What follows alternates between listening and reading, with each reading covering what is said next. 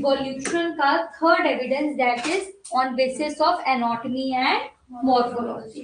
तो उसके अकॉर्डिंग हमने देखा अलग अलग ऑर्गेनिजम्स में जो उनकी स्ट्रक्चर और फंक्शन के बेसिस पे अगर देखा जाए तो कुछ ऑर्गन्स होते हैं जिनको कहते हैं होमोलोगस ऑर्गन। तो होमोलोगस ऑर्गन कौन से होते हैं? जिनका स्ट्रक्चर और फंक्शन, जैसे कि हमने फोर लिम्स, हाथ, अपर वाले जो दो अपेंडेजेस उसको देखा in reptiles, birds, mammal and amphibian. तो अभी लिजार्ड अपने फोर लिम्ब किस लिए यूज कर रही है?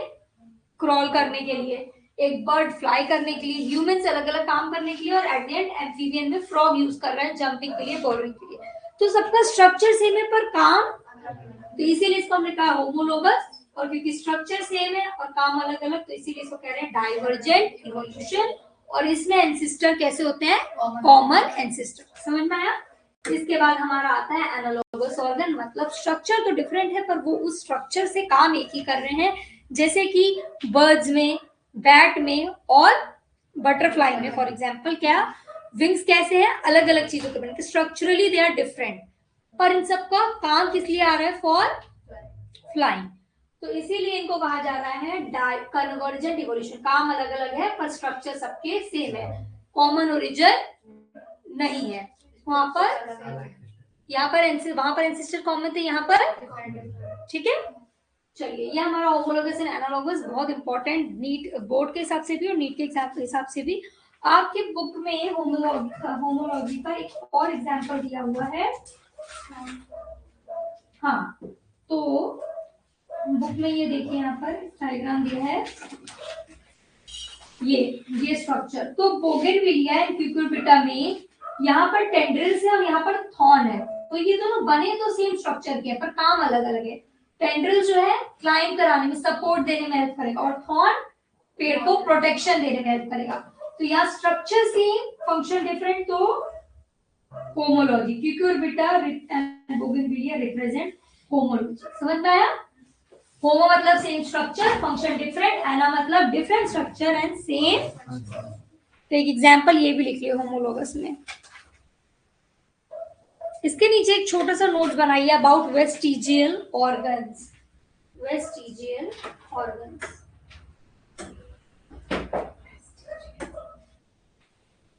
Vestigial organs.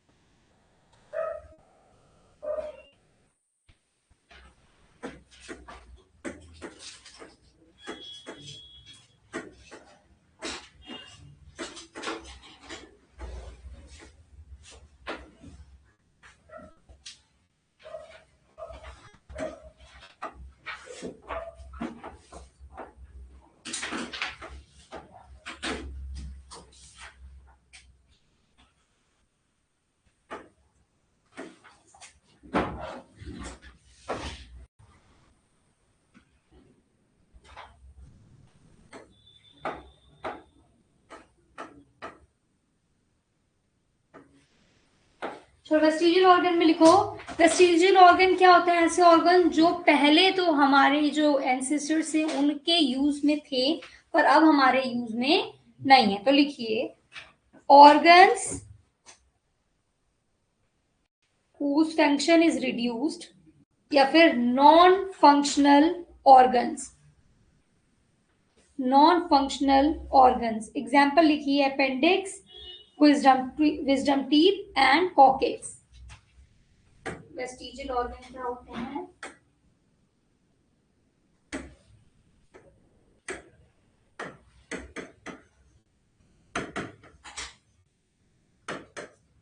Organs are non-functional organs, जैसे कि विजडम टीथ, जैसे कि कॉकेक्स, और हमारा अपेंडिक्स। अपेंडिक्स। ठीक है, ऐसे ऑर्गन जो पहले हमारे एंसेस्टर्स तो यूज करते थे, पर अब हमारी बॉडी में इनके एज सच फंक्शंस नहीं है, तो रिड्यूस फंक्शनिंग की वजह से ये बन गए वेस्टिजियल ऑर्गन।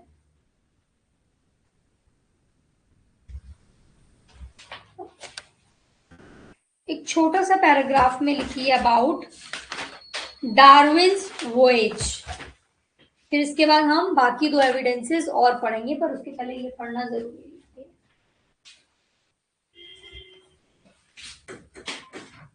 डार्विन्स वोएज ऐसे करके एक हेडिंग रखो, हाफ पेज का ये रोज बनेगा, डार्विन्स वोएज।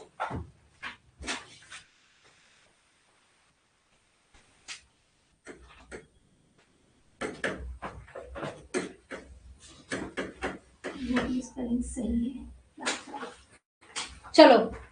तो डार्विन जो थे, इन्होंने समुद्र में एक यात्रा की थी, मतलब अलग अलग जगह जाकर हर जगह की बायोडाइवर्सिटी देखना, स्टडी करने के पर्पज से उन्होंने समुद्र पे वॉयज किया था, जिसको हम कहते हैं डार्विन्स वॉयज। लिखिए अब इसमें इन्होंने क्या क्या ऑब्जर्व किया, क्या क्या इससे स्टेटमेंट निकल के आई। देखिए सबसे first point, life form,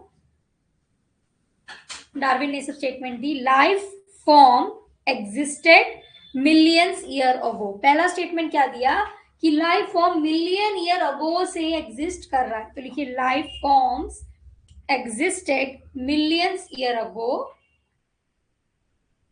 second लिखिए, लिविंग ऑर्गेनिज्म शेयर सिमिलैरिटी, जो ये लिविंग ऑर्गेनिज्म है ये एक दूसरे में सिमिलैरिटी शो करते हैं। Life form existed million year ago and living organism share similarities. ठीक है, थर्ड लिखिए, new life form evolved, new life form evolved and some life form extinct as well. New life form evolved and some life form extinct. extinct में bracket में example लिखिए dinosaur.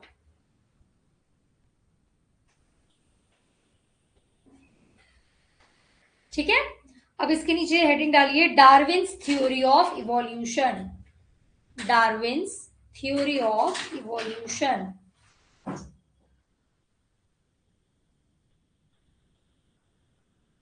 अब ये तीन important point है हमारे, जो हमको याद रखना है कि डार्विन ने क्या क्या पॉइंट्स दिए। फर्स्ट लिखिए, all life form share common ancestor,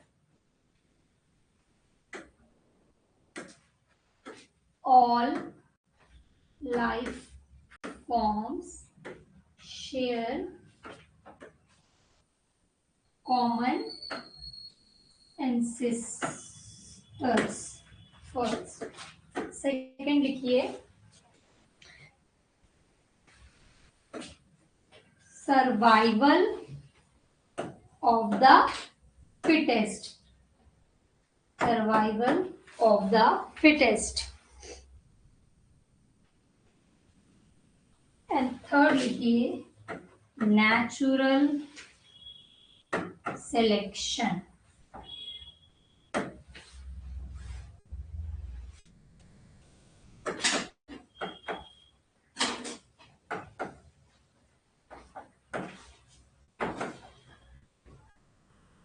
अब ये तीन पॉइंट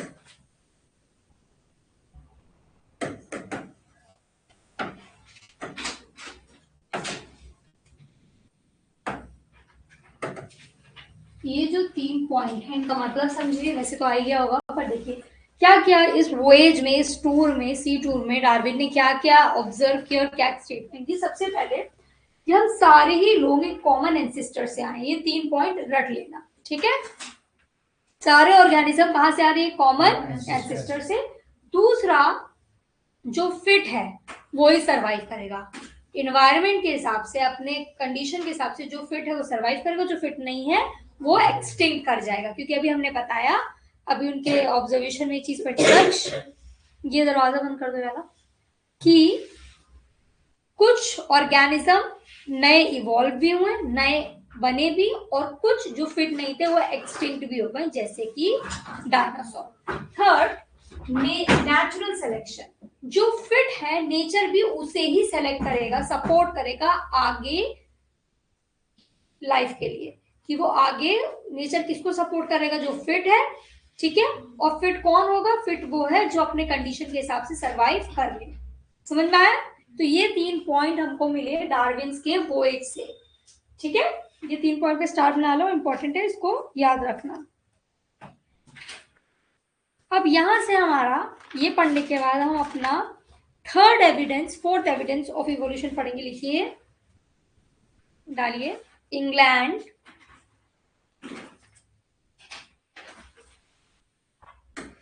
अब जो हम एग्जाम्पल पढ़ने जा रहे हैं वो एक्चुअल में देखा गया था कि कैसे इवोल्यूशन होता है। ये कैसे, इसका एग्जाम्पल है थर्ड वाला जो है हमारा, उसमें लिखिए, इंग्लैंड में 1810 में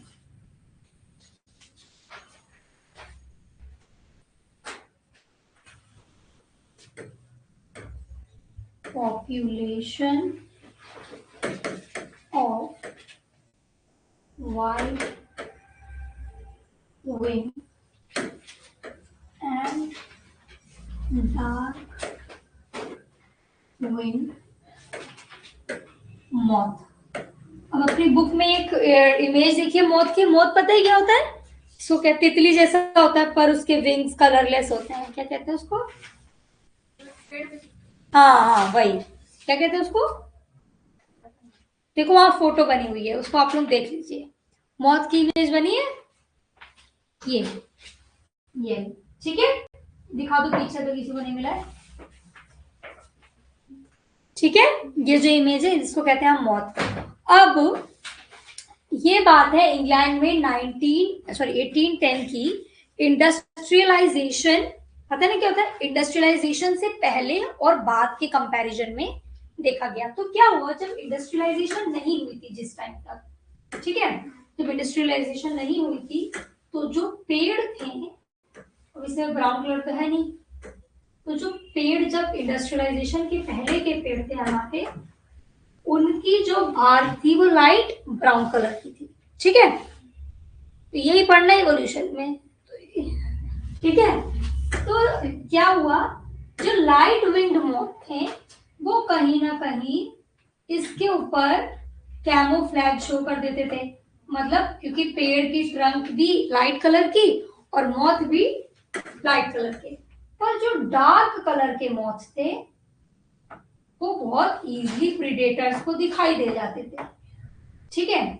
तो इंडस्ट्रियलाइजेशन के पहले क्या हुआ था, जो लाइट वाले मोथ थे ये ज्यादा थे और डार्क वाले कम थे, क्योंकि वो तो कैमोफ्लेज कर ले रहे हैं, वो अपने आप को प्रोटेक्ट कर ले रहे हैं।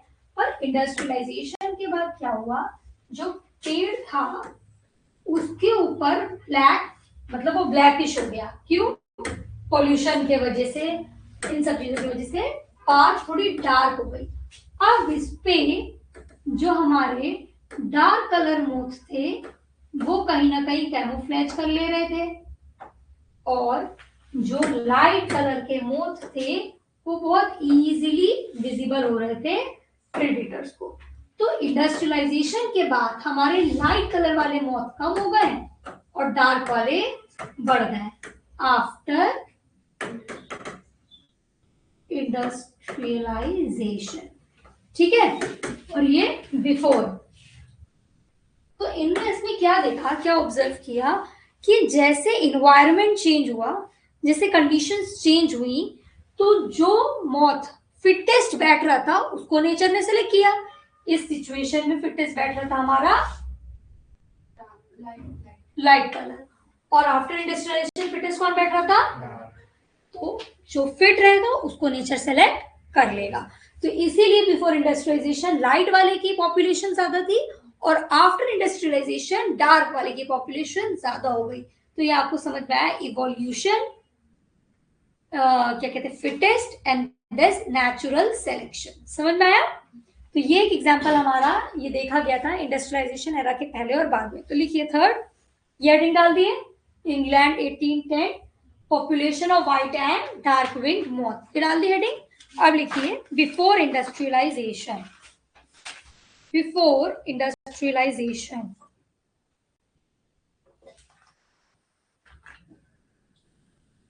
Before industrialisation, white-winged moth had bigger population than dark-winged moth।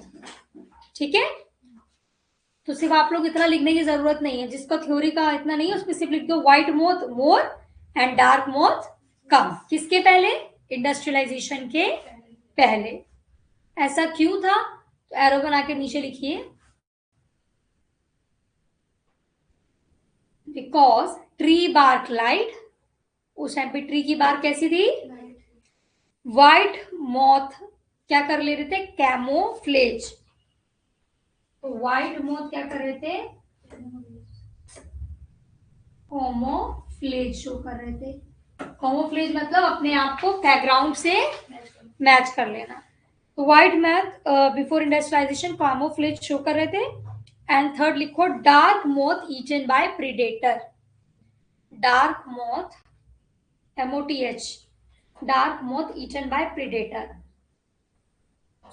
Therefore क्यों क्या हो रहा था? व्हाइट मोथ ज्यादा थे और डार्क मोथ कम थे। अब लिखिए आफ्टर क्या होगा, बताओ answer. Before industrialisation dark moth क्या होंगे? तो ये लिखो, इसमें पूछने की क्या बात है? व्हाइट मोथ मोर है एंड डार्क मोथ कम है। अब लिखिए after industrialisation, after industrialisation, after industrialisation,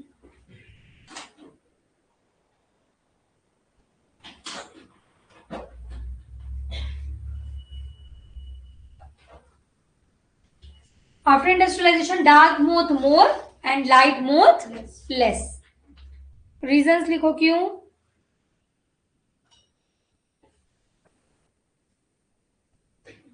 because after industrialisation क्या होता है? Dark bark of tree due to pollution, dark bark of tree due to pollution,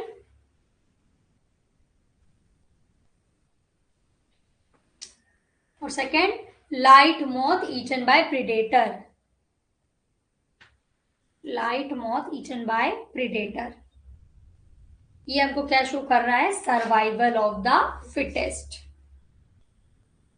समझ में आया? इंडस्ट्रियलाइजेशन के बिफोर एंड आफ्टर में किस तरीके से हमको देखने मिला सर्वाइवल ऑफ फिटेस्ट। इसमें कुछ डाउट है किसी को? इकरा कोई डाउट है? समझ में आया? तो अब बताइए इकरा, ये बताओ कि इंडस्ट्रियलाइजेशन के पहले किसकी पॉपुलेशन ज्यादा थी और इंडस्ट्रियलाइजेशन के बाद किसकी पॉपुलेशन ज्यादा थी? पहले किसकी ज्यादा थी? क्यों? क्योंकि बार्क का जो कलर था वो लाइट था, क्योंकि पॉल्यूशन कम था। और फिर आफ्टर में क्या हुआ? डार्क की ज्यादा थी। बाद में हुआ कि पोल्यूशन की वजह से बार्क डार्क हो गई और किसकी पॉपुलेशन बढ़ गई? डार्क मोथ की, है ना। तो ये क्या बता रहा है? Survival of fittest. तो ये हमारा थर्ड एविडेंस हो गया। अब इसके बाद लिखिए last evidence, resistant variety of organisms. लिखिए रेजिस्टेंट वैरायटी ऑफ ऑर्गेनिज्म। अब किस किसने एंटीबायोटिक रेजिस्टेंट के बारे में सुना है? सुना है? ये वर्ड सुना है एंटीबायोटिक रेजिस्टेंट? क्या होता है पता है? हैं? तो जो पता है बताओ। कोई बोल रहा है? अभी बताओ कि पहले हम लोग ऑल आउट लगाते थे तो मच्छर मर जाते थे ना, आजकल मर रहे हैं क्या? हमें advance double power triple power आ रहा है ना। पहले जो है हिट मार दो तो कॉकरोच मर जाते थे, पर अब वो पुराने वाले से नहीं मर रहे। क्यों नहीं मर रहे हैं? जैसे हमारे पास 10 कॉकरोच है और मैंने मारा हिट। अब उसमें से 8 तो मर गए पर 2 रुक गए। अब ये 2 क्या थे, इन्होंने सरवाइव कर लिया वो अटैक, ये उसको रेजिस्टेंट हो गया। अब जब ये रिप्रोड्यूस कर रहे हैं तो क्या एक रेजिस्टेंट स्पीशीज डेवलप हो रही है जिसने वो दुख सह लिया है। अब किसी को कोई दुख हुआ और पहली बार रोएगा, दूसरी बार रोएगा, तीसरी बार, अरे ये तो होता ही है, तो हम क्या हो गया, उस पेन के लिए रेजिस्टेंट हो गए, उस ट्रॉमा के लिए रेजिस्टेंट हो गए। वैसे ही ये ऑर्गेनिजम्स भी क्या करते हैं, ये इवोल्यूशन का एविडेंस कैसे दे रहा है, ये रेजिस्टेंट वैरायटी बना लेते हैं। कंटिन्यूअस यूज, अगर किसी को खेती बाड़ी के बारे में थोड़ा इल्म होगा तो पता होगा कि जो पेस्टिसाइड पहले जितने इफेक्टिव थे अब वो उतने नहीं है, सब एक बेटर वर्जन आ रहा है हर चीज का। तो ये समझ में आया कॉन्सेप्ट, तो मैं लिखा हूं ये क्या कहना चाह रहे हैं कि इवॉल्व कर लेते हैं ऑर्गेनिज्म अपने आप को अपने सराउंडिंग के हिसाब से। समझ में आया? चलिए, तो इसमें लिखिए सबसे पहले इस तरीके की और रेजिस्टेंट वैरायटी जो डेवलप करी, इस तरीके की इवोल्यूशन को सबसे इंपॉर्टेंट हम क्या कहते हैं, एंथ्रोपोजेनिक इवोल्यूशन। लिखिए इसके नीचे, इवोल्यूशन बाय एंथ्रोपोजेनिक एक्शन। अभी इवोल्यूशन वर्ड ना देखो, अभी फिर एक्शन, एंथ्रोपोजेनिक एक्शन। अब इस एंथ्रोपोजेनिक का मतलब क्या, किसी को पता है? किसी को पता है? अब ये बताओ, ये एंथ्रोपोजेनिक एक्शन कैसे हम डिस्क्राइब करें। यहाँ पर जो ऑर्गेनिज्म अपने आप को इवॉल्व कर रहे हैं, ये किसी नेचुरल कैलेमिटी की वजह से कर रहे हैं? नेचर ने कुछ किया? नेचर ने नहीं किया, मैन मेड है ये, मैन मेड इवोल्यूशन। नेचर नहीं डाल रहा है पेस्टिसाइड। तो ऐसा इवोल्यूशन जो मैन मेड इंटरवेंशन की वजह से हो, मैन मेड एक्शन की वजह से, उसको क्या कहते हैं, एंथ्रोपोजेनिक एक्शन या एंथ्रोपोजेनिक इवोल्यूशन। समझ में आया? चलिए अब इसमें लिखिए,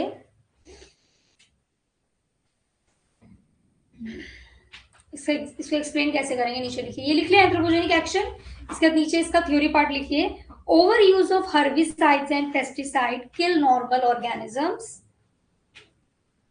Overuse of herbicides and pesticides kill normal organism. Overuse of herbicides and pesticides kill normal organism. फिर एरो बना के लिखो, resistant individual survive and multiply. Resistant individual survive and multiply.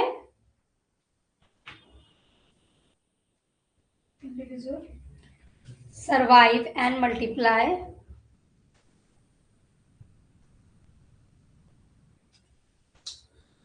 हो गया? अब इसमें हमको एक चीज हमने अब तक पढ़ी, इवोल्यूशन जो है टेक्स टाइम, है ना, मिलियंस ऑफ ईयर लगते हैं चीजों को, मतलब ईयर्स, 1000 ईयर लग जाते हैं इवॉल्व करने में। पर जो एंथ्रोपोजेनिक एक्शन से जो इवोल्यूशन हो रहा है, ये हो रहा है शॉर्ट पीरियड ऑफ टाइम। अब तुमने ही सुना होगा ना कि पहले अलाउड काम करता था, हमने देखा है, अब नहीं कर रहा। तो जो मैन मेड इंटरवेंशन से जो इवोल्यूशन आ रहा है वो कैसा है, faster, with in few months to year में हमको ये चेंज दिखता है। तो not all mutation, not all evolution takes time. कौन सी वाली नहीं लेती है, एंथ्रोपोजेनिक एक्शन वाली इवोल्यूशन जो है वो हमारी कम टाइम में रैपिड हो रही है। तो इसमें आप एक चीज इसके नीचे लिखिए, रैपिड इवोल्यूशन। ये 3-4 टर्म है इसमें इंपॉर्टेंट, इसको याद रखिएगा।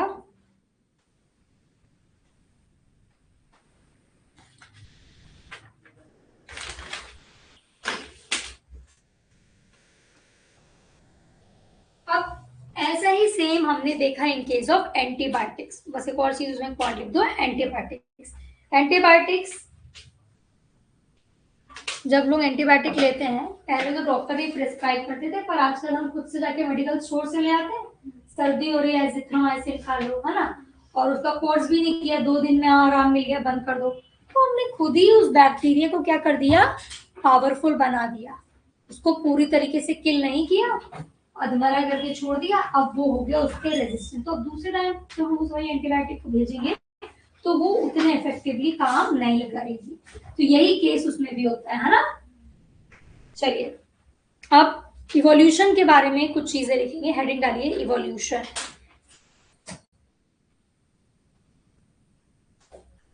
नॉर्मल इवोल्यूशन के बारे में, जब इवोल्यूशन होती है, हेडिंग इवोल्यूशन। अब लिखिए फर्स्ट पॉइंट, इवोल्यूशन के बारे में नो फिक्स गोल। इवोल्यूशन किसी गोल के साथ नहीं हो रही कि हमें ये करना है इसीलिए हम इवॉल्व कर रहे हैं, है ना। नो फिक्स्ड गोल, इवोल्यूशन का कोई फिक्स्ड गोल नहीं होता। तो लिखिए नो फिक्स्ड गोल। सेकंड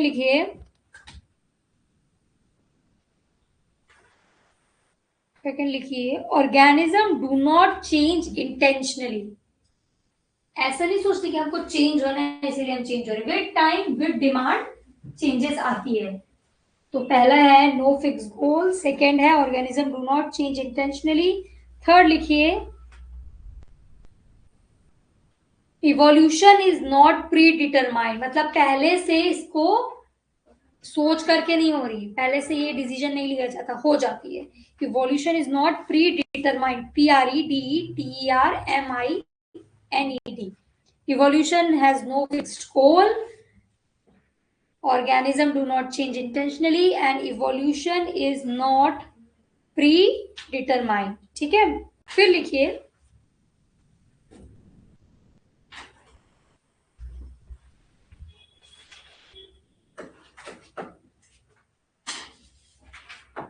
जो इवोल्यूशन होती है वो होती है स्टोकैस्टिक। ये वर्ड लिख दिया मैंने, STOCHASTIC, स्टोकैस्टिक मतलब रैंडमली होती है। कैसी होती है evolution? Evolution is stochastic, random. ये नहीं जरूरी कि हमारी थर्ड जनरेशन में इवोल्यूशन आएगा कि फिफ्थ जनरेशन में, किसी में भी आ सकता है अकॉर्डिंग टू डिमांड। तो evolution is stochastic. Mutation occur by chance, mutation occur by chance,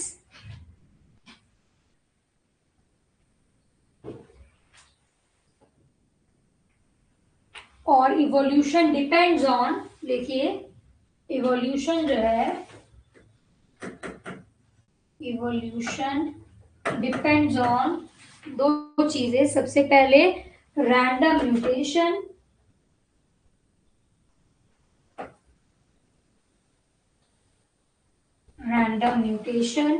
and survival.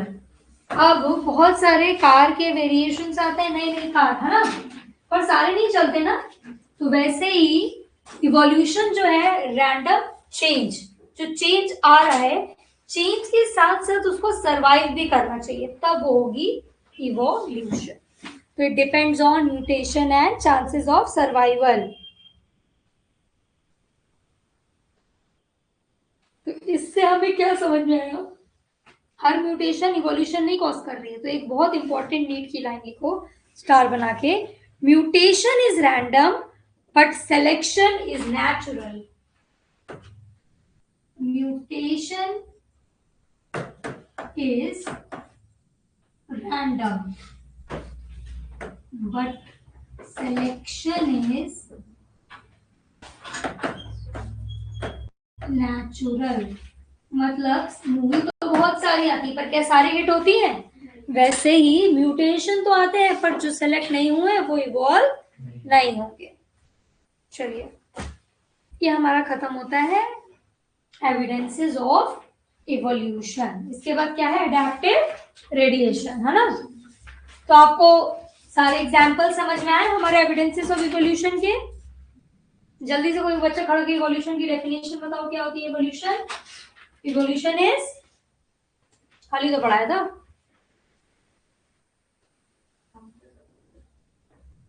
Evolution क्या होता है? फर्स्ट क्लास जो जहां से उसमें डेफिनेशन लिखा है, पढ़ के बताओ क्या होता है। तुम लोग रिवीजन नहीं करते हो क्या घर में? हैं? फर्स्ट क्लास में क्या लिखा है? इवोल्यूशन इज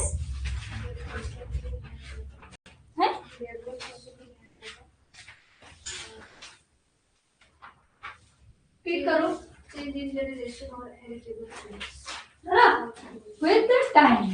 ठीक है, तो चेंजेस इन जनरेशन, म्यूटेशन की वजह से इसको कहते हैं हम इवोल्यूशन। अब एविडेंसेस क्या थे इवोल्यूशन के, पहला बताओ, बिना देखे पहला एविडेंस क्या पढ़ा था हमने? अरे इससे पूछ रहे थे। क्या था पहला? सेकंड बताओ, बायोलॉजिकल, वो हमने फॉसिल्स वाले के अंडर ही पढ़ा, एम्ब्रियोलॉजिकल। फिर थर्ड क्या पढ़ा हमने? हाँ, तो उसको क्या कहते हैं? एनाटॉमी एंड मॉर्फो के बेसिस पे। फिर थर्ड हमने क्या पढ़ा था? इंग्लैंड का बिफोर एंड आफ्टर इंडस्ट्रियलाइजेशन वाला एरा का डिफरेंस। एंड फिफ्थ हमने पढ़ा है रेजिस्टेंट ऑर्गेनिज्म। ठीक है, इसको रिवाइज करने की जरूरत नहीं है, सबको सब आता है। चलिए अब हेडिंग डालिए, एडेप्टिव रेडिएशन। एडेप्टिव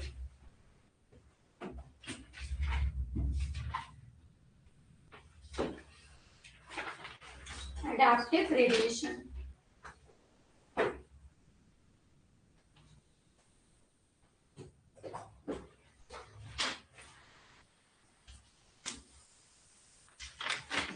चलिए हेडिंग डालिए, इसकी डेफिनेशन लिखिए, process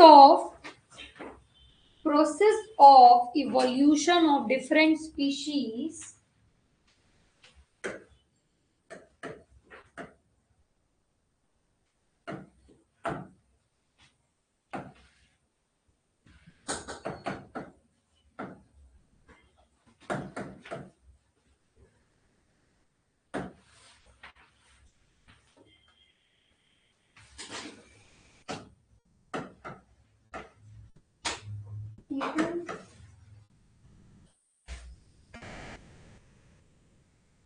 in a given geographical area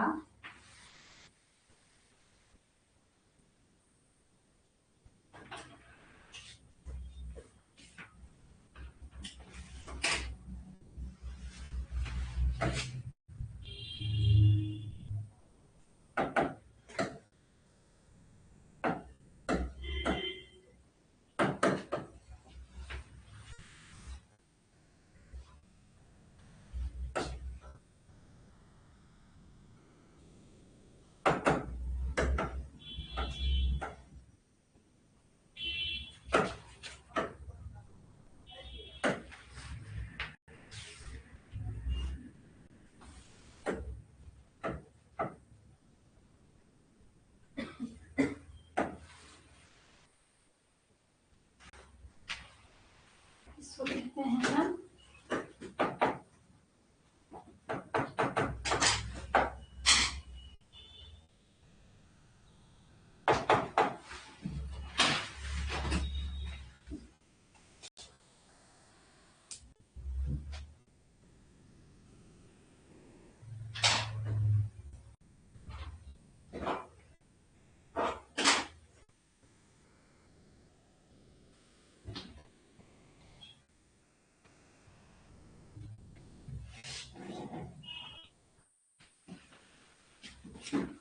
ये समझ में आया कि नहीं आया? ये समझ में आया? ये क्या समझ में आ रहा है इसमें? कुछ इस वर्ड से, सेंटेंस से समझ में आ रहा है क्या बोलना चाह रहे हैं?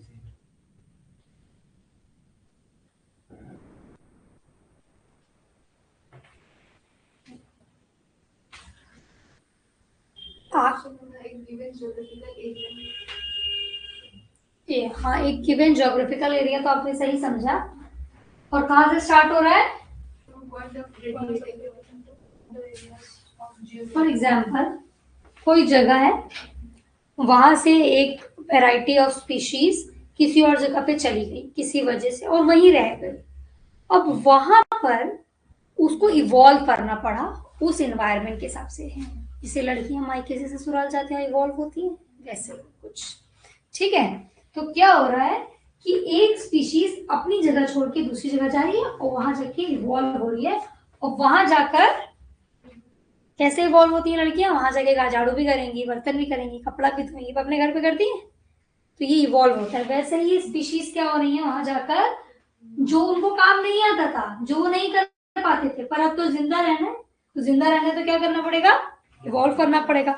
तो कॉमन पॉइंट से अलग अलग चीजें इमर्ज होकर आ रही है, एक ही इंसान एक ही स्पीशीज से अलग अलग इवोल्यूशन निकल रहा है उसी एरिया में, ठीक है। इसको हम कहते हैं एडेप्टिव रेडिएशन। इसका एक एक्सीलेंट एग्जांपल है डार्विन की फिंचेस, मतलब एक बर्ड, डार्विन फिंचेस। तो डार्विन की फिंचेस मतलब एक ब्लैक कलर की बर्ड है। ये क्या करती थी, पहले रहती थी हमारे साउथ अमेरिका में, और वहां से फूड के सर्च में, किसी सर्च में ये पहुंच गई वहां से गैलापागोस आइलैंड पे, और वहां जाने के बाद अब ये वापस अपने घर नहीं आ पाई। वहां जाके ये वहीं रह गई जिस भी रीजन से। अब जब ये यहाँ पहुंची, क्योंकि ये तो थी भाई सीड ईटिंग बर्ड्स, सीड खाती थी, छोटी छोटी चोंच थी। पर अब जब ये गैलापागोस आइलैंड पे जब पहुंची तो वहां इतना खाना ही नहीं कि ये सब सरवाइव कर सके। तो अब इनमें से किसी को इंसेक्ट ईटिंग बनना पड़ा, किसी को, तो इन सब की जो बीक्स थी वो वहां पहुंच के चेंज हो गई। क्या हुआ, इवोल्यूशन उसी जियोग्राफिकल एरिया में। समझ में आई ये चीज। तो सीड ईटर से जैसे ये अलग अलग डिमांड के हिसाब से इवॉल्व हुई, तो इनकी बीक्स क्या हो गई। अब देखो अपने बुक में फोटो बनी होगी इसकी।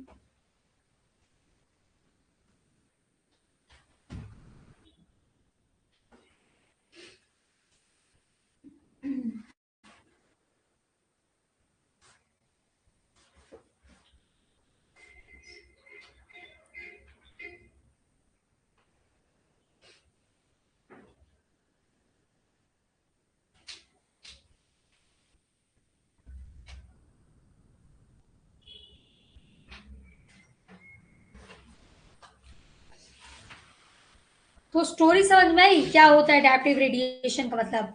कोई चीज रेडिएट हो रही है, आप समझ लो एक बल्ब लगा है, उससे लाइट रेडिएट हो रही है, तो एक कॉमन पॉइंट से चीजें बाहर आ रही हैं। तो एक कॉमन स्पीशीज अपने आप को इवॉल्व कर रही है अलग अलग चीजों में। समझ में आया। तब हम इसका थ्योरी लिखेंगे, लिखिए।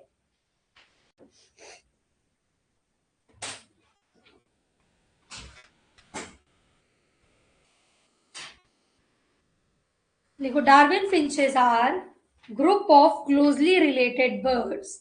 Darwin finches are group of closely related birds species, group of closely related bird species found on Galapagos Island. Found on Galapagos Island.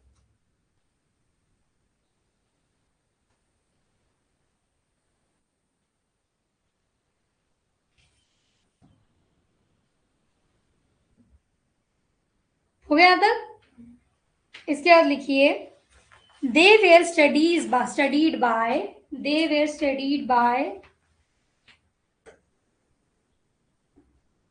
Charles Darwin.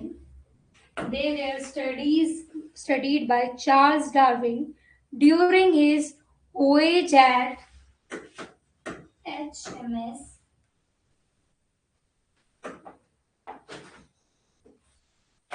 They were studied by Charles Darwin during his voyage, VOYAG, during his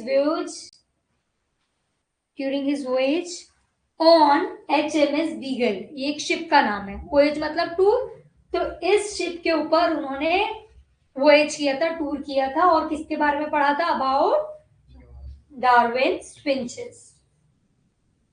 हो गया। हम लिखिए, Darwin finches जो है, it is a classic example of adaptive radiation.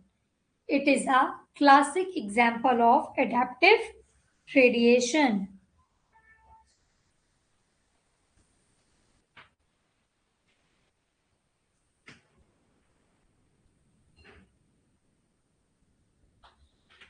हो गया। अब adaptive radiation के बारे में कुछ चीजें लिखिए। अच्छा रुक जाओ, ऊपर जहां पर एडेप्टिव रेडिएशन लिखा है था वहां जगह बची, सब इसको छोड़ दो। फिर लिखिए,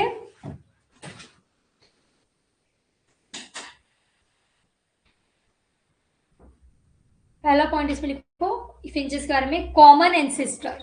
इनके एंसेस्टर कैसे हैं? Common ancestor.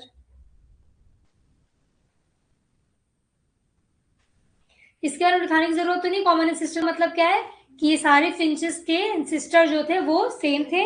सेकंड लिखिए जियोग्राफिकल आइसोलेशन, GEOGRAPHICL,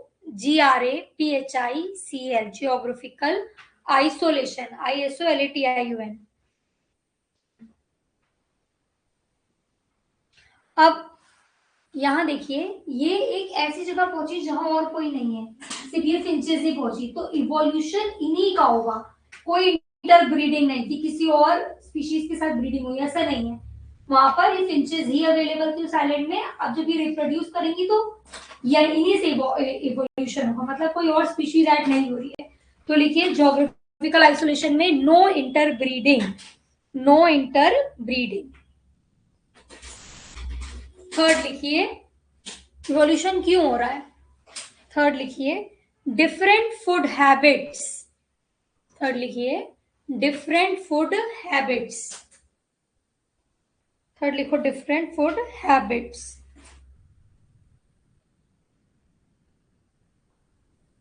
उसमें लिखिए क्या क्या फूड थे। Seeds, insects, fruit and cactus, nectar. क्या क्या अवेलेबल था यहाँ लिखा हुआ। ये सीड, इंसेक्ट, ईटिंग अभी मत लिखना, सीड्स अवेलेबल थी, इंसेक्ट्स अवेलेबल थे, फ्रूट थे एंड कैक्टस। ठीक है।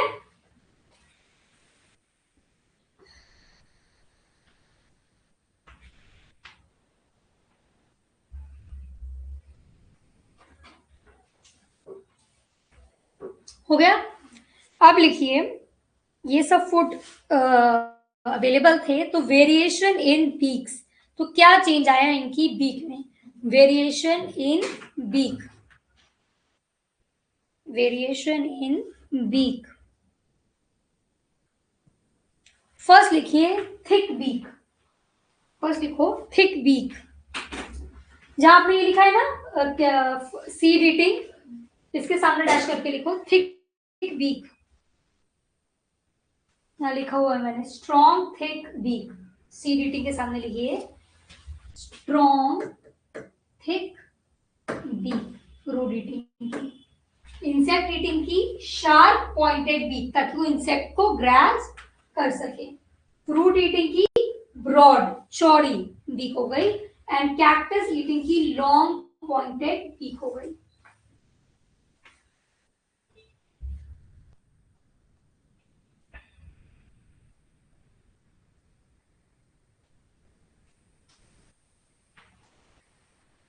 आपने देखा किस तरीके से इनकी बीक क्या हो गई, इवॉल्व हो गई।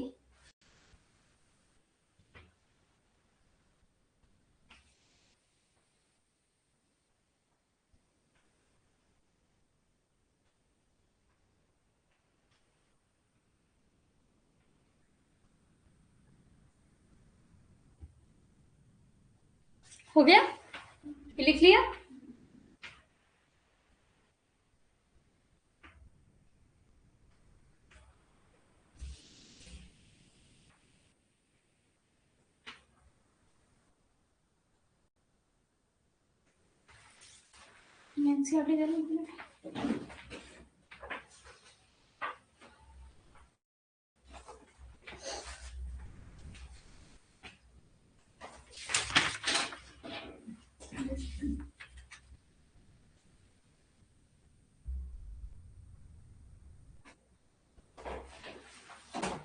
हो गया। अब लिखिए over the time this lead to speciation.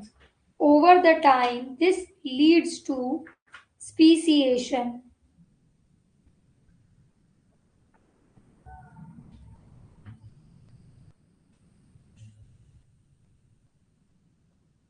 Over the time this leads to speciation. अब हेडिंग डालो स्पीशिएशन क्या होता है। स्पीशिएशन क्या होता है लिखिए speciation is the process by which new species are form. Speciation is a process by which new species are formed.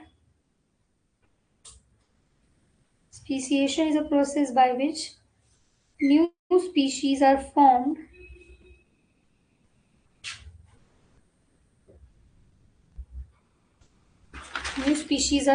from the existing species due to evolutionary changes. Species due to evolutionary changes.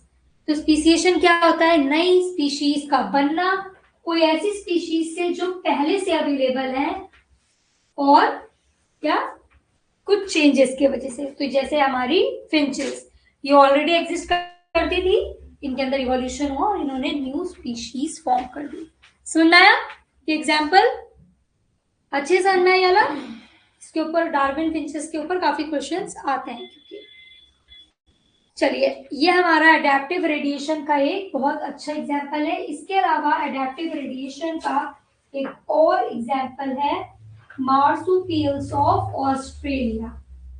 Marsupials of Australia. दूसरा example लिखो adaptive radiation का. ये हमारा first example हो गया. इस पूरे के ऊपर हेडिंग डाल दो फर्स्ट एग्जाम्पल अडेप्टिव रेडिएशन का.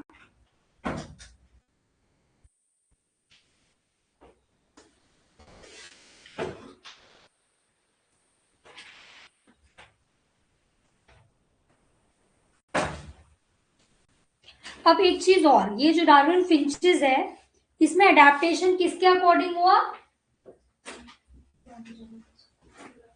किसके साथ क्यों हुआ अडेप्टेशन? क्यों इवॉल्व करेंगे?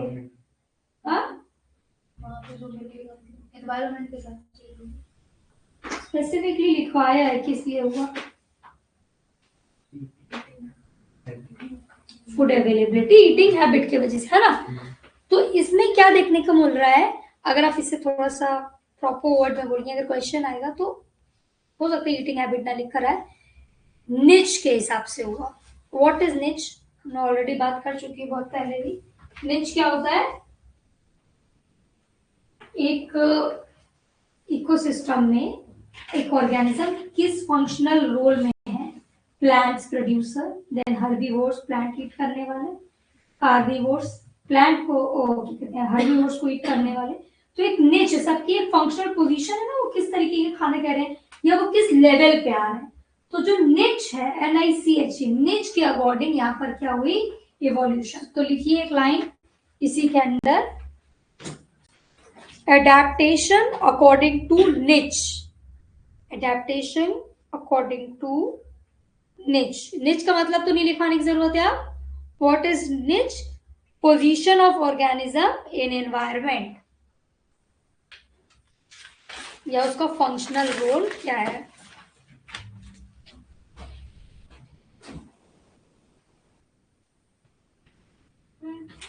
हो गया? समझ में आया इसका मतलब? चलिए अब इसका दूसरा हेडिंग डालिए. दूसरा एग्जाम्पल एडेप्टिव रेडिएशन का, ऑस्ट्रेलियन मार्सुपियल्स. ऑस्ट्रेलियन मार्सुपियल्स ये है, देखिए मार्सुपियल्स, ऑस्ट्रेलियन मार्सुपियल.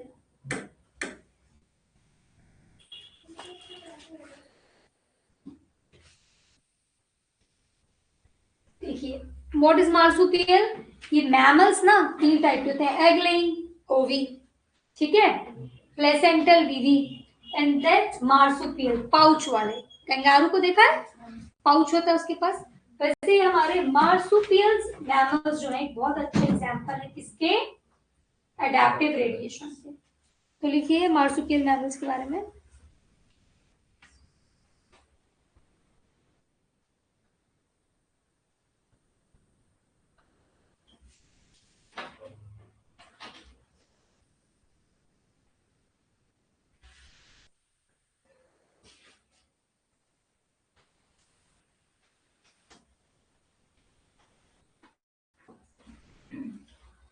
अब देखिए क्या हुआ, मैमल से क्या हमारे प्लेसेंटल और मार्सुपियल. तो जो मार्सुपियल मैमल ज्यादातर ना, जब पूरे कॉन्टिनेंट्स अलग होने लगे, तो ये मार्सुपियल वाले पहुंच गए ऑस्ट्रेलिया. ऑस्ट्रेलिया के आसपास और तो कोई नहीं है.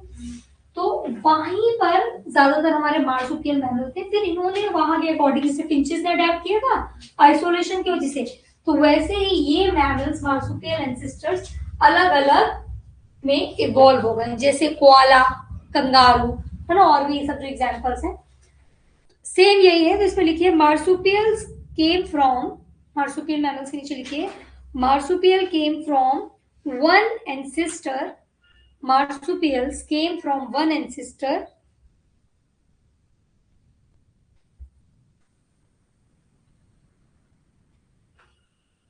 evolved different structures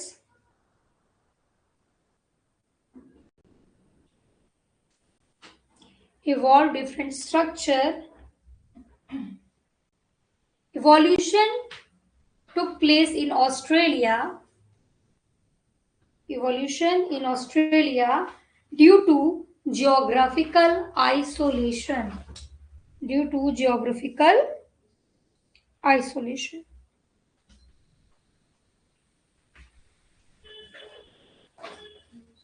तो इसके लिए एग्जांपल लिखे आप लोग, लिख लीजिए वूम्बैट, कोआला, मार्सुपियल, मोल, कंगारू, ये एग्जांपल आप लिख लो इसी में से देखकर 3-4 एग्जांपल।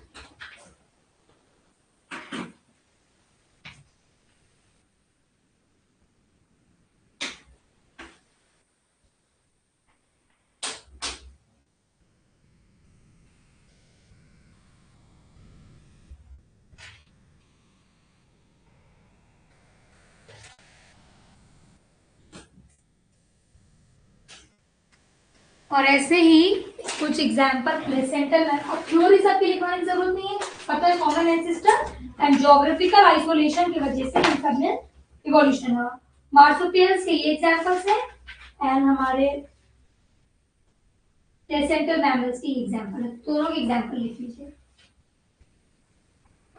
मार्सुपियल मैमल्स के example and placental mammals. Difference क्या है, मार्सुपियल का इवोल्यूशन कहाँ हो रहा था, इन ऑस्ट्रेलिया, एंड प्लेसेंटल का एग्जांपल होता है in rest of the world. समझ में आया?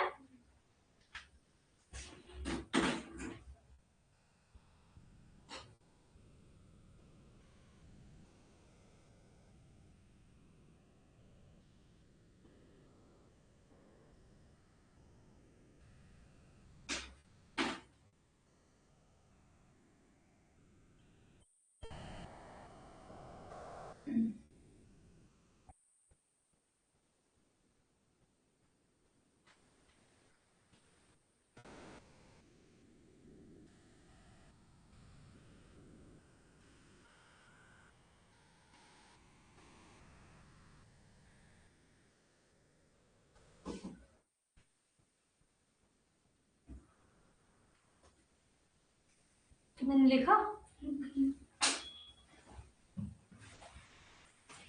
एक बार ये जो हमारा इवोल्यूशन है, सॉरी एडेप्टिव रेडिएशन, इसको रिवाइज करिए, फिर हम नेक्स्ट टॉपिक स्टार्ट करेंगे। इसमें कोई डाउट तो नहीं है? क्लियर हुआ है सारा पॉइंट इसका?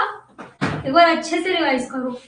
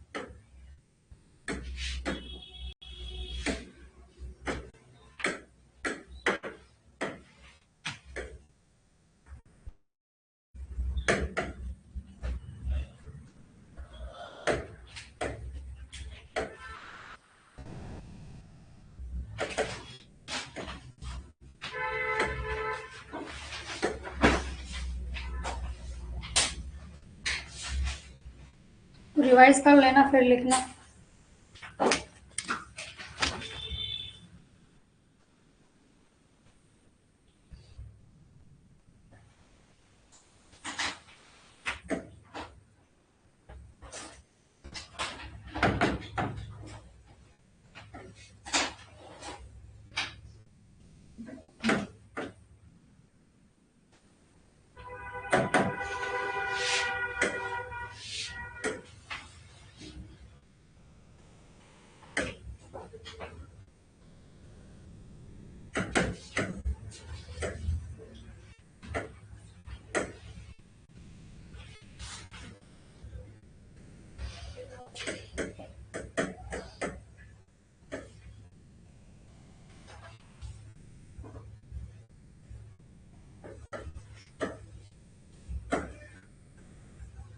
बायोलॉजिकल इवोल्यूशन जो है इसमें बहुत सारे थ्योरी है, तो पहले हम उसको लिख लेते हैं फिर समझेंगे, ठीक है। जल्दी से हेडिंग डालिए बायोलॉजिकल इवोल्यूशन, और ऐसे जैसे भी लिख रहे हैं ऐसे ही लिखिएगा ताकि मैं समझा सकूँ।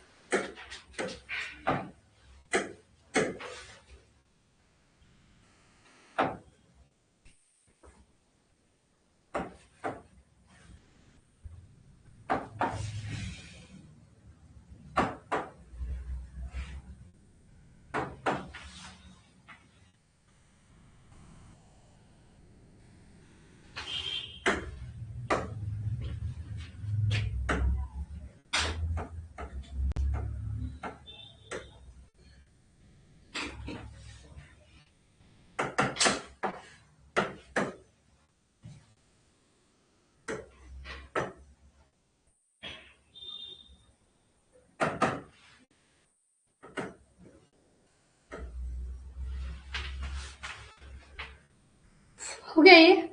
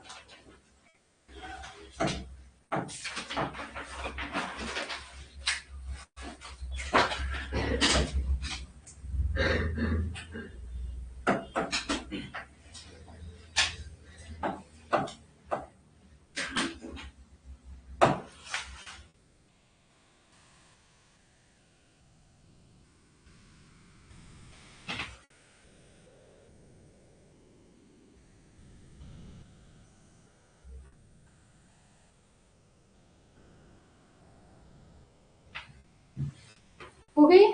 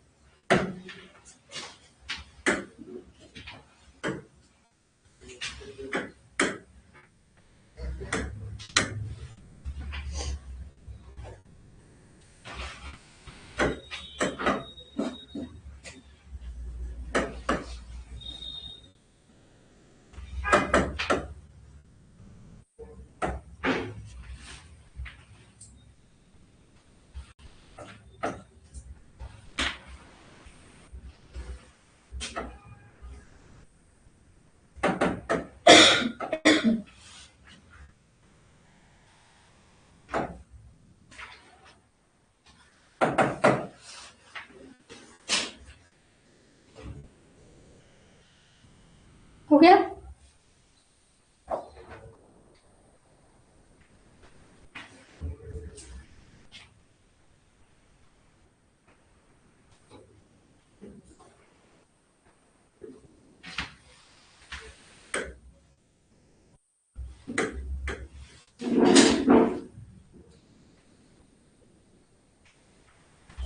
यहाँ पर एक पॉइंट और लिखना।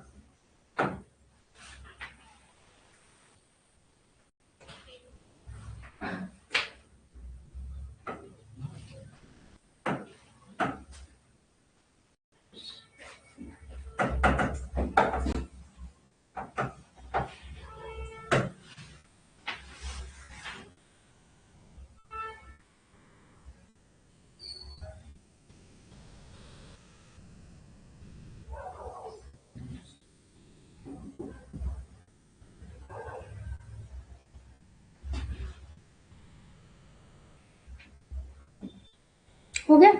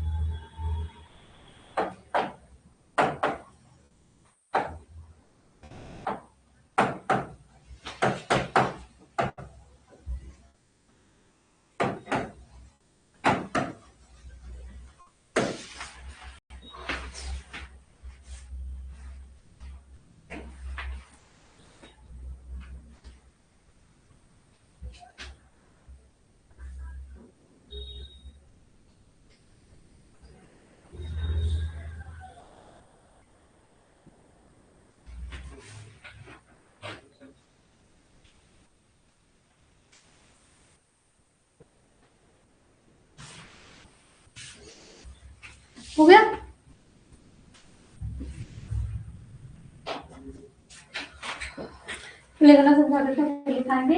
देखिए बायोलॉजिकल इवोल्यूशन एक तरीके से नेचुरल वे है ना, मैन मेड नहीं। बायोलॉजी में हमारे वर्ल्ड मतलब हमारे एनवायरनमेंट में किस तरीके से इवोल्यूशन हो रही है। सबसे पहले देखिए इवोल्यूशन इसके थ्रू होता है, सबसे पहले नेचुरल सिलेक्शन। तो इसमें हमने देखा कि कब स्टार्ट हुआ, जब हमारा फर्स्ट सेल जो भी अर्थ है उससे ही इवोल्यूशन स्टार्ट हो गया।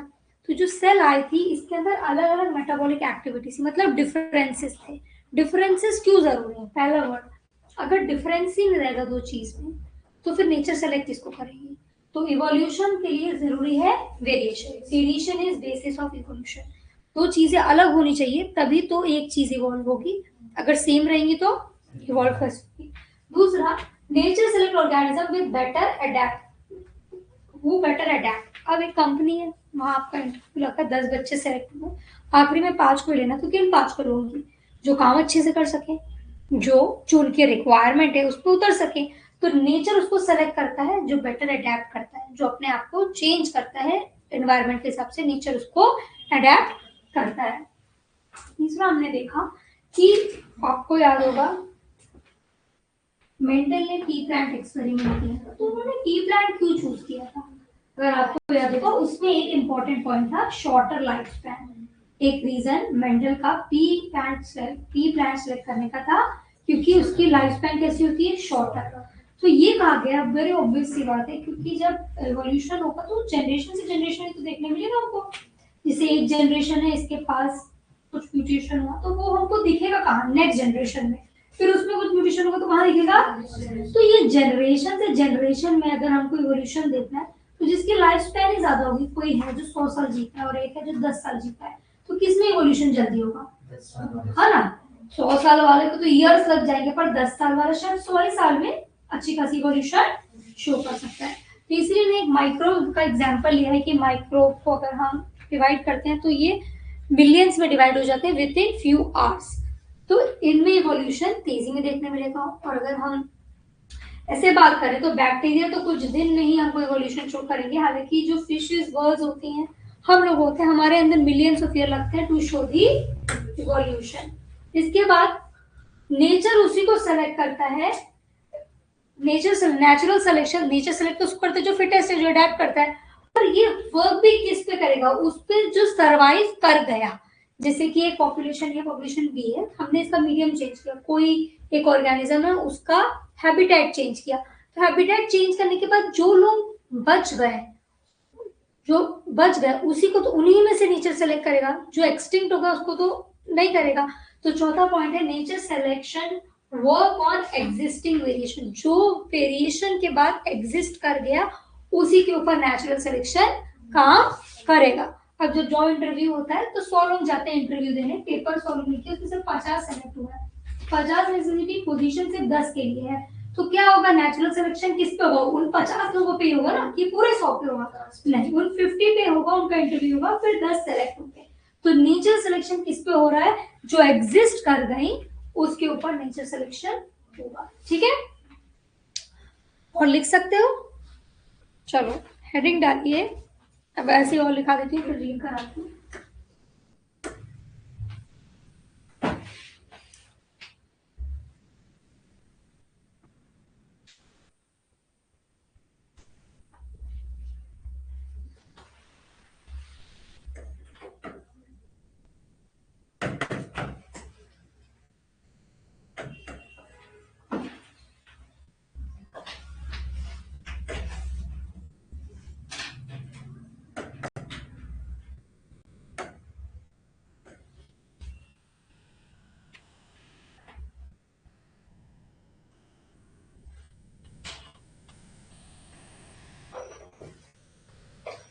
बहुत इंपॉर्टेंट है, only genetically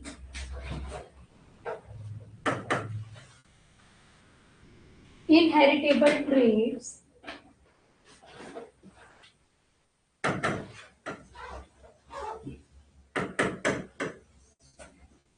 helps in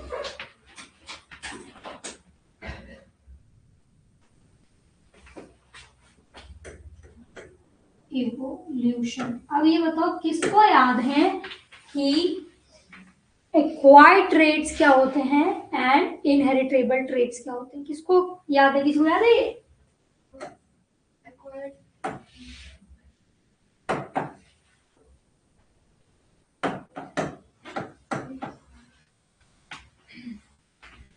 acquired traits वो होते हैं जो हम पैदा होने के बाद डेवलप होते हैं, जैसे हमारी मसल्स।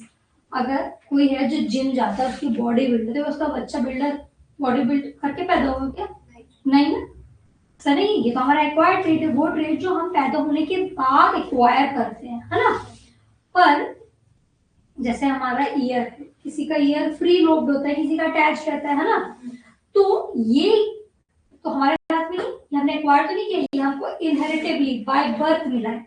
तो इवोल्यूशन में इनहेरिटेबल ट्रेड रोल प्ले करते हैं, एक्वायर्ड ट्रेड रोल नहीं प्ले करते। वो ट्रेड जो एक जनरेशन से दूसरे जनरेशन में पास हो सकता है, वो ही रोल प्ले करेगा, वो ही इंपॉर्टेंस रखता है इवोल्यूशन में। वो ट्रेड जो पास नहीं हो सकता, वो इंपॉर्टेंस नहीं। ठीक है, तो बायोलॉजिकल इवोल्यूशन का ये रहा फिफ्थ। तो कौन से ट्रेड इवोल्यूशन में रोल प्ले करते हैं? कौन से? इनहेरिटेबल। और कौन से नहीं प्ले करते हैं?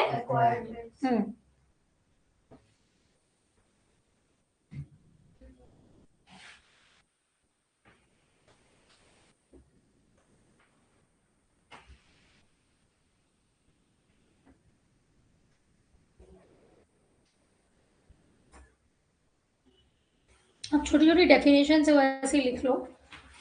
फिटनेस क्या होगा?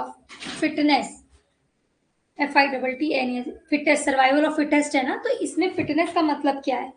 सर्वाइवल ऑफ फिटेस्ट में व्हाट डज फिटेस्ट मीन? किसको हम कहेंगे ये फिटेस्ट है? फिटेस्ट वो कहलाएगा जिसके पास हो ability to survive and reproduce. जो सर्वाइव भी करे और रिप्रोड्यूस भी कर जाए, उसको कहेंगे हम फिटेस्ट।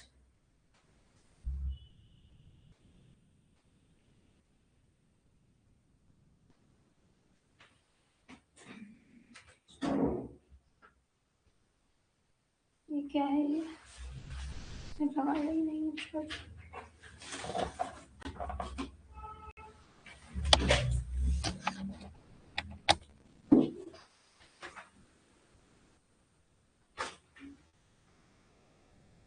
ठीक है, अब हेडिंग डालिए डार्विन्स थ्योरी। हेडिंग लिखो डार्विन थ्योरी और ब्रैकेट में लिखो की concept.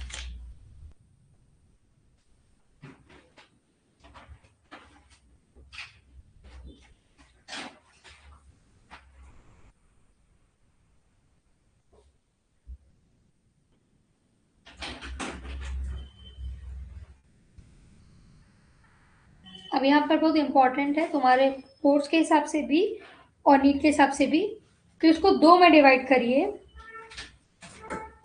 Branching descents, branching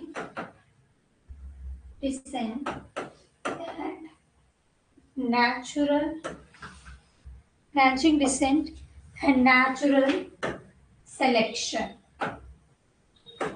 This is the concept of Darwin's theory.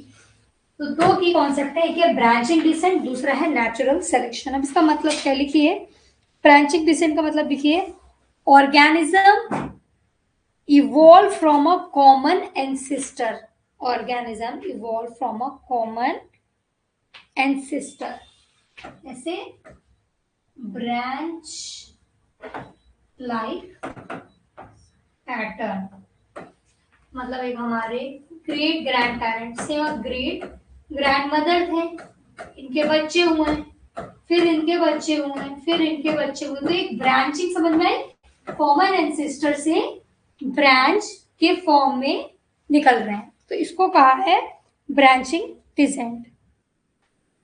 Example लिखो ब्रांचिंग डिसेंट का।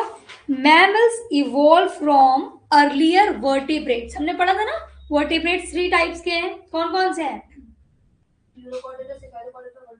है ना। तो अर्लियर वर्टिब्रेट से ही आगे जाकर हमारे क्या निकले थे, वर्टिब्रेट को फिर डिवाइड किया था हमने, और मैमल सबसे एंड में आए थे। उसके पहले क्या क्या आए थे, रेप्टाइल्स, एम्फीबियन, एप्स, और उसके पहले भी क्या आए थे, एग्नेथा, है ना, गिनेथोस्टोमेटा। तो ये सब से इवॉल्व होकर हमारे क्या आए हैं, मैमल्स। तो लिखिए mammals evolve from earlier vertebrates.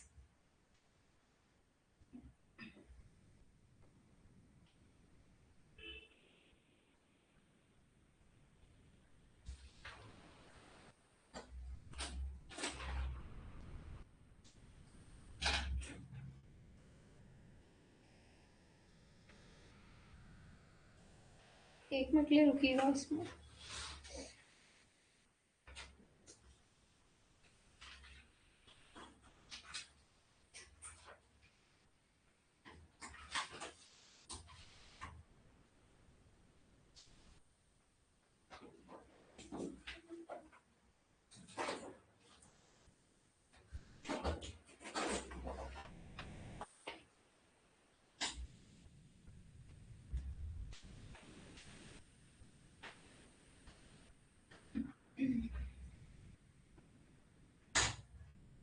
इसका दूसरा एग्जाम्पल लिख लो एक और ब्रांचिंग डिसेंट का। Human, monkey and apps share a common ancestor. सुना है ना, ये हमारे पूर्वज थे। Human, monkey and apps share a common ancestor.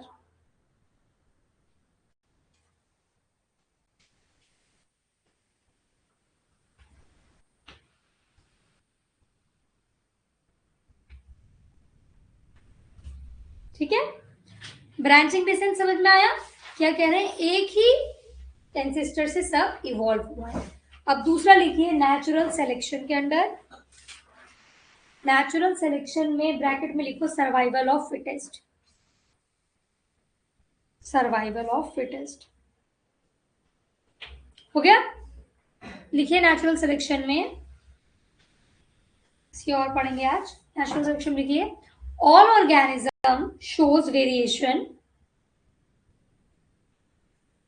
सारे ऑर्गेनिज्म क्या कर रहे हैं, वेरिएशन शो कर रहे हैं। All organism show variation. Second point लिखो due to limited resources, due to limited resources there is struggle for existence.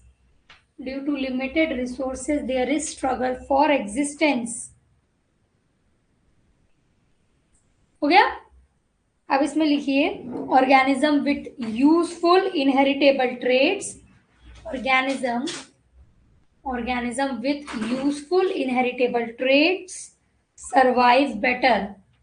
organism with, क्या नहीं लिखा, ये दूसरा टॉपिक है उसमें? तो ये पढ़ा रहे थे ना की कॉन्सेप्ट ऑफ डार्विन्स थ्योरी, उसमें है ना, ब्रांचिंग डिसेंट, नेचुरल सिलेक्शन करा रहे हैं अभी।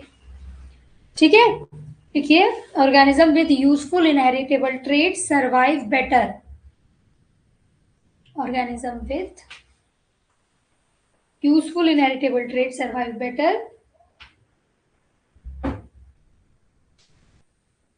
These organisms reproduce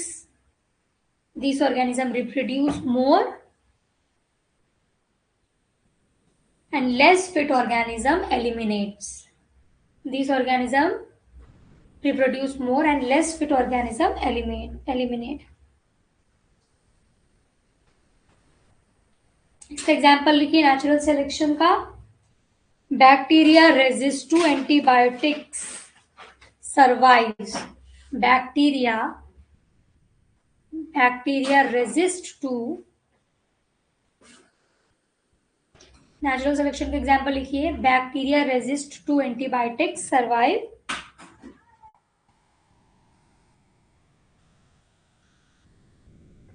और जो नॉन रेजिस्टेंट रहेंगे वो क्या हो जाएंगे, एलिमिनेट या डाई। ये समझ में आया। बायोलॉजिकल इवोल्यूशन अभी बचा है और इसमें हमने क्या क्या पढ़ा। सबसे पहले किसके बारे में पढ़ा, इवोल्यूशन कैसा होता है। फर्स्ट क्या था,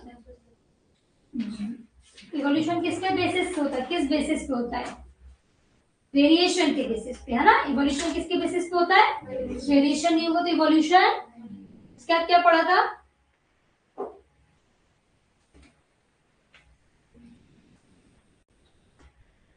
तो जल्दी बताओ, सेकेंड पॉइंट क्या पढ़ा था इवोल्यूशन के बारे में? जो बेटर अडेप्ट करेगा वो ही इवॉल्व होगा। फिर हमने पढ़ा था थर्ड कि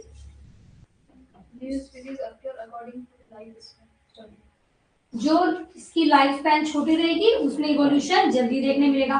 पहला देखा इवोल्यूशन किसके बेसिस पे होता है? वेरिएशन के। इसके बाद क्या देखा था? जो सरवाइव करेगा उसको नेचर, जो अडेप्टेशन शो करता है उसको नेचर सेलेक्ट कर लेता है। थर्ड पढ़ा था जिसकी शॉर्टर लाइफ स्पैन होगी उसमें ज्यादा जल्दी इवोल्यूशन देखने मिलेगा, जिसकी लॉन्गर रहेगी उसमें। उसके बाद क्या पढ़ा था कि वेरिएस नेचुरल सिलेक्शन भी उसमें होगा जो वेरिएशन के बाद एग्जिस्ट कर रहा है ना, नेचुरल सिलेक्शन उसमें होगा। फिर इसके बाद ये हमारा last genetic basis of inheritance. जो इवोल्यूशन होता है वो किसके बेसिस पे होता है? इनहेरिटेबल ट्रेड्स के बेसिस पे, ना कि एक्वायर्ड ट्रेड्स के बेसिस पे। फिर की कॉन्सेप्ट पढ़ा डार्विन का, ब्रांचिंग डिसेंड है नेचुरल सिलेक्शन। ब्रांचिंग डिसीज मतलब सबका एक कॉमन एंसेस्टर है, वहां से सब अराइज कर रहे हैं ब्रांच लाइक पैटर्न में। नेचुरल सिलेक्शन का मतलब जो सरवाइव कर गया उसको सेलेक्ट कर लिया, फिटेस्ट को सेलेक्ट कर लिया गया। चलिए इसके बाद हम कल पढ़ेंगे।